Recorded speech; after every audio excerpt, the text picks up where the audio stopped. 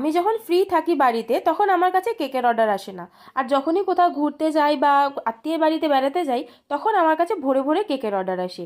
এই কেকের অর্ডারটাও ছিল আমার এরকমই একটা অর্ডার।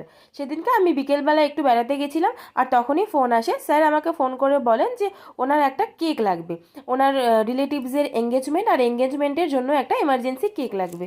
তো আমি ভাবলাম কেন শুধু শুধু কেকের অর্ডারটা ঘুরিয়ে দেবো, আর স্যার আমার কাছ থেকে অনেকবারই কেক নিয়েছে, যেহেতু রিপিট কাস্টমার তাই না অর্ডারটা ঘুরিয়ে দিতে ইচ্ছা করে না। তাই আমি আর ঘোরা বাদ দিয়ে সেখান থেকে সাথে সাথে চলে আসি বাড়ি।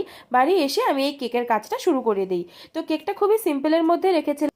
কেকটা ছিল 2 পাউন্ডের চকলেট ফ্লেভারের একটা কেক। তো আমি বেশি যেহেতু সময় পাইনি তাই আমার হাতের কাছে আমি যা পেয়েছি তাই দিয়ে একটা ডেকোরেশন আমি করে দিয়েছি। এখানে মাঝখানে না আমি ফন্ডেন্ট দিয়ে একটা রিংয়ের বক্স বানানোর চেষ্টা করেছি।